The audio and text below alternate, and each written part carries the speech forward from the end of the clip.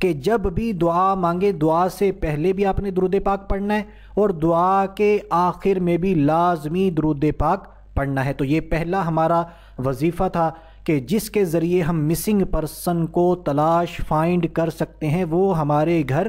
واپس آ جائے گا اللہ تبارک و تعالیٰ کے فضل و کرم سے۔ دوستو، اس سے پہلے ہم اپنے آج کے دوسرے وظیفے کی طرف بڑھیں، یہاں پر میں چند باتیں آپ سے کرنا چاہوں گا، اس کو لازمی سن لیں۔ مجھے جو والدین سن رہے ہیں یا مجھے اگر اولاد سن رہی ہے تو دونوں سے یہ ریکویسٹ ہے، جو اولاد ہے اس نے بھی ایک دن ماں باپ بننا ہے۔ تو اگر دیکھیں، اب جو والدین ہیں ان کو چاہیے کہ وہ وقت ہم پر آئے کہ ہمارا بچہ گھر سے نکلے یا ہماری بچی، اللہ نہ کرے ہمارے ساتھ ایسا ہو، میری باتوں کا آپ نے مائنڈ بھی نہیں کرنا، کیونکہ یہ ہمارے معاشرے میں عام ہو چکی ہے یہ بیماری، اس لیے مجھے اس پر کچھ نہ کچھ کلام کرنا ہے۔ وہ وقت آنے سے پہلے والدین کو چاہیے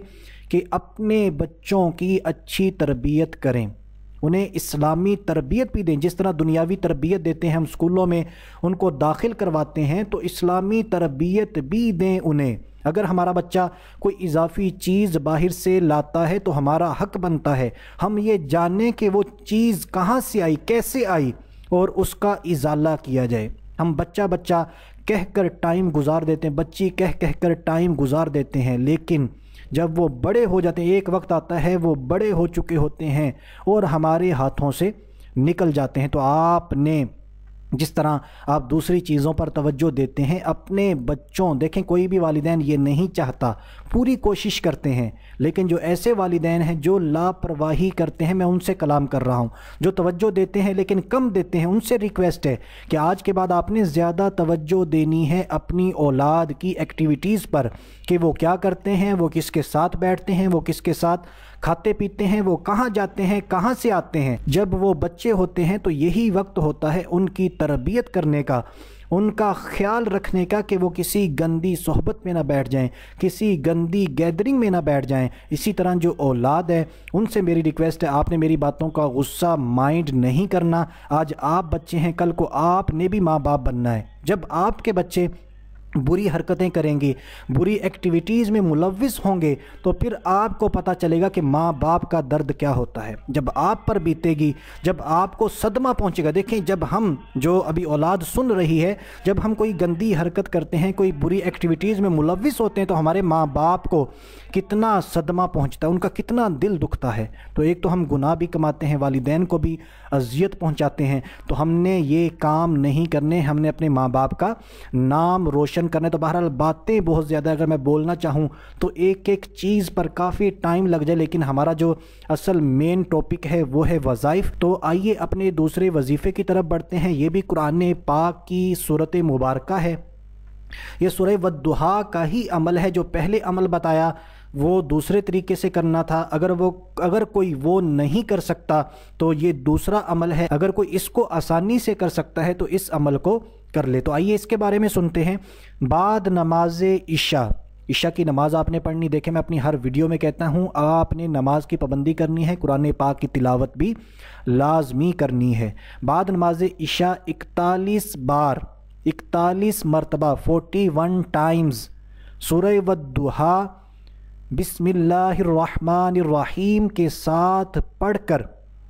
کھڑے ہو کر مکان کے 2 گوشوں میں اذان، یعنی 2 کونوں میں اذان دینی ہے، اور 2 گوشوں میں تکبیر کہہ کر، 2 گوشوں میں اذان دینی ہے، 2 گوشوں میں تکبیر کہنی ہے، کہہ کر واپسی کے لیے دعا کرے، یعنی جو گھر سے بھاگ چکا ہے یا گھر سے غائب ہو چکا ہے، مل نہیں رہا، تو یہ عمل کرنا ہے۔ اب یہاں پر ایک سوال پیدا ہوتا ہے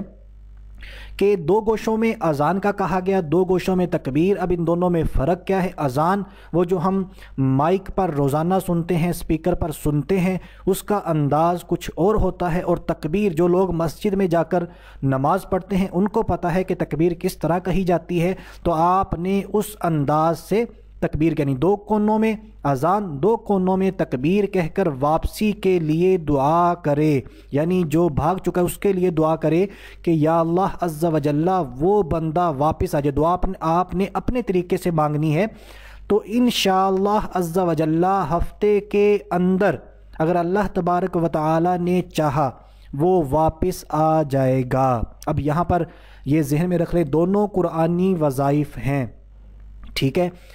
پہلا بھی سورہ والضحیٰ کی 7ویں اور 8ویں آیت مبارکہ تھی، اور دوسرا جو ہے پوری سورہ والضحیٰ پڑھنی، بسم اللہ بھی آپ نے ہر بار ساتھ پڑھنی، لیکن یہاں پر اب آپ کا تلفظ ٹھیک ہونا چاہیے۔ آپ نے کسی اچھے قاری، کسی اچھے حافظ سے رابطہ کر لیں، اپنے تلفظ کو ٹھیک کریں، بار بار سورہ والضحیٰ اس کو سنائیں۔ اگر وہ کہہ دیتا ہے آپ کا تلفظ ٹھیک ہو چکا ہے، پھر آپ نے اس عمل کو کرنا ہے انشاءاللہ عز و جل۔ اس کی برکت سے جو وظیفہ ہے ہم اس سے صحیح طریقے سے استفادہ اور پورا استفادہ حاصل کرنے میں کامیاب ہو سکتے ہیں۔ تو دوستو، ان وظائف کے حوالے سے اگر کوئی بھی سوال آپ کے مائنڈ میں ہے، کوئی بھی ڈاؤٹ ہے، تو اسی ویڈیو کے نیچے کمنٹ باکس ہے، اس کمنٹ باکس میں چلے جائیے،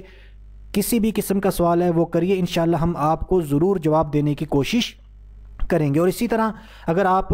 کامنٹ میں ہم سے بات نہیں کر سکتے، کوئی پرسنل بات کرنا چاہتے ہیں، تو ہم نے آپ کے لیے اپنا فیس بک پیج جو ہے وہ کریٹ کر دیا ہے، بنا دیا ہے، میں اپنی پہلی ویڈیو میں بھی بتا چکا ہوں، تو اس کا لنک آپ یہاں پر بھی دیکھ سکتے ہیں، یہ اس کا لنک یہاں پر موجود ہے۔ اگر آپ کو یہاں سے نہیں ملتا تو ڈسکرپشن میں بالکل میں فرنٹ پہ ہی جو ہماری ویڈیو کی ڈسکرپشن ہوتی ہے اس میں بھی اس کا لنک ڈال دوں گا، تو آپ اس کے ذریعے بھی ہمارے فیس بک پیج پر آ کر اپنے پرسنل مسائل کے حوالے سے ہم سے بات کر سکتے ہیں۔ تو دوستو، امید کرتا ہوں میری آج کی ویڈیو آپ کو پسند آئی ہوگی۔ اسی طرح مزید اچھی ویڈیوز کے لیے میرے چینل نالج پاور کو سبسکرائب ضرور کر لیں، لائک کریں، شیئر کریں۔ ابھی تک کے لیے اتنا ہی، اگلی ویڈیو تک کے لیے اجازت چاہتا ہوں، اپنا خیال رکھیے گا، اللہ حافظ۔